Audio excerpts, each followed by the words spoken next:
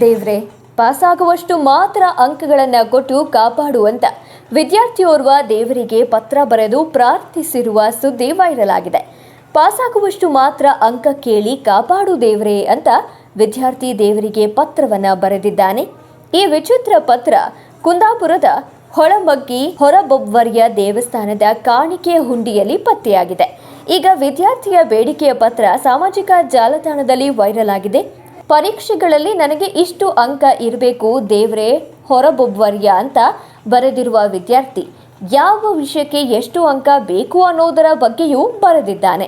ಗಣಿತ 39, 38, 37, 36, ಇಂಗ್ಲಿಷ್ 39, 38, 37, ಕನ್ನಡ 40, 39, ವಿಜ್ಞಾನ 39, 38, ಹಿಂದಿ 40, 39, ಸಮಾಜ 38, 37.